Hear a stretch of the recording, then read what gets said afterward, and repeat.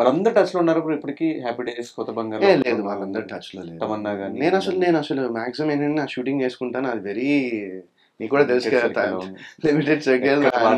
నా ఇంట్లో ఎప్పుడైనా బర్త్డే అయితే మేబీ ఒకసారి మనం కలిసాము ఇక్కడ బర్త్డే ఎవరితో అయితే. And besides that man I like to stay here. I have a limited thing. But one guy I'm in touch with is Nikhil. Obvious గా నేను నిఖిల్ మా ఫ్రెండ్షిప్ గురించి అందరికీ తెలుసు. మనోడు ఫస్ట్ యువత చేసినప్పుడు ఆ సెలబ్రేషన్స్కి నేను వెళ్ళాను. హ్యాపీ డేస్ కలిసి సెలబ్రేట్ చేసుకున్నాం. అండ్ యువత సినిమా సక్సెస్ మీట్కి నన్ను పిలిచారు గెస్ట్గా. అండ్ ఇప్పుడు నేను నిందా సినిమాకి నిఖిల్ని పిలిచా గెస్ట్గా. సో మా మధ్య నా బాండింగ్, ఆ కామ్రాడరీ మా ఇద్దరికి ఎప్పటికీ ఉంటుంది. We have that bond between us for some reason. అప్పుడు నిఖిల్కి ఎంత ఏజ్ బ్రో మీరు చేస్తున్నప్పుడు? నిఖిల్కి అప్పుడు 21 అనుకుంటా. మీకన్నా పెద్దోడే. ఆయన కొంచెం మెచ్యూరిటీ ఉంటుంది ఆ టైంలో. సో తమన్నా గారు ఎప్పుడు టచ్ లేరు దాని తర్వాత మధ్యలో ఏదో అంటే ప్రేమ గారు ఒక ఇంటర్వ్యూ చేస్తే అప్పుడు నన్ను చిన్న గెస్ట్ గా పిలిచారు ఆ ఇంటర్వ్యూకి. అప్పుడు కలిసాను. చాలా ఏళ్ళైంది, 5-6 ఏళ్ళు అయింటుందేమో. ఎక్స్పెక్ట్ చేశారు ఆ టైంలో తమన్నా గారు అంత స్టార్ హీరోయిన్ అవుతారు అది?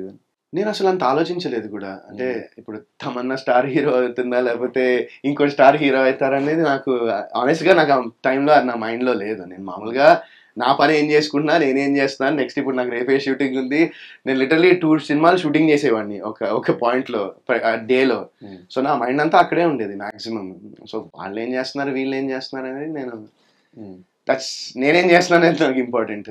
అండ్ ఆ ఫిల్మ్ నుంచి వచ్చిన వాళ్ళు, దాని తర్వాత ఫిలిమ్స్ నుంచి వచ్చిన వాళ్ళు, తర్వాత మీతో పాటు జర్నీ స్టార్ట్ చేసిన వాళ్ళు చాలా మంది ఇప్పుడు టాప్ పొజిషన్లో ఉంటాము. కొంతమంది మీ ముందే వచ్చి మీ ముందే వెళ్ళిపోవడము ఇట్లా జరిగినప్పుడు మీ గురించి మీరు ఏమనుకున్నారు ఆ టైంలో? అంటే వాళ్ళు సక్సెస్ అయ్యారు.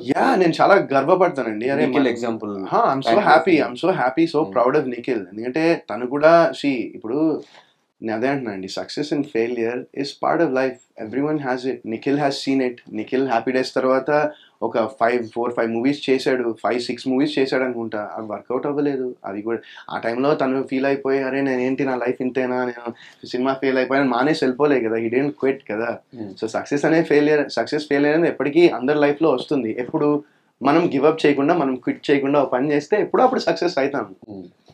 So that's what I feel. And I'm super happy for Nikhil. I'm so proud of him. మంచి సినిమాలు. అండ్ ఇప్పుడు ఒక నాట్ జస్ట్ తెలుగు ఆడియన్స్కి, ఇండియాలో ఉన్న చాలామంది ఆడియన్స్కి తను చేసే సినిమాలు, తను సెలెక్ట్ చేసుకునే కథలతో దగ్గరయ్యాడు. And I'm so happy for him.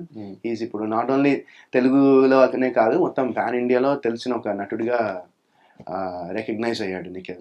కానీ మీలో ఆ మిస్టేక్ ఏంటి? లైక్ ఎక్కడ రాంగ్ స్టెప్ తీసుకుంటున్నారు ఎవ్రీ మూవీకి అంటే ఏం చెప్తారు? ఎవ్రీ మూవీకి నేనేం రాంగ్ డిసిజన్ తీసుకోలేదు. చాలా సినిమాలు తీసుకున్నా, ఎవ్రీ మూవీకి తీసుకోలేదు. సో ఎవ్రీ మూవీ సక్సెస్ అవ్వకపోవడానికి రీజన్స్ ఏమై ఉండొచ్చు? ఆడియన్స్ థియేటర్కి వచ్చి సినిమా చూడకపోవడం, అదే రీజన్. సినిమా బాగాలేకపోవడము. అంటే సినిమా బాగాలేకపోవడం ఇన్ సెన్స్ మేబీ నాకు నచ్చచ్చేమో, చూసే వాళ్ళకి నచ్చలే. ఇప్పుడు 100 మంది ఉంటే 51 మందికి నచ్చకపోతే ఆ సినిమా వర్కౌట్ కాదు కదా. 51 మందికి నచ్చినా సినిమా బాగుంది అన్నట్టే నేను నమ్ముతాను.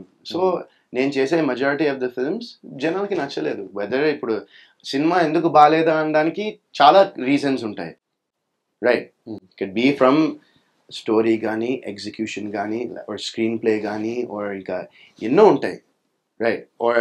క్యారెక్టరైజేషన్స్ కానీ, మేబీ కాస్టింగ్ అవ్వచ్చు, లేకపోతే మ్యూజిక్ నచ్చకపోవచ్చు, లేకపోతే కొన్ని థింగ్స్ సింక్ కాకపోవచ్చు. ఇప్పుడు సినిమా అనేది నేను అదే చెప్పాను కదా, ఇప్పుడు అన్ని క్రాఫ్ట్స్ అందరూ ఒకే పేజ్ మీద ఉన్నారంటే ఖచ్చితంగా ప్రోడక్ట్ కొంచెం బెటర్గా ఉంటుందని నేను నమ్ముతాను.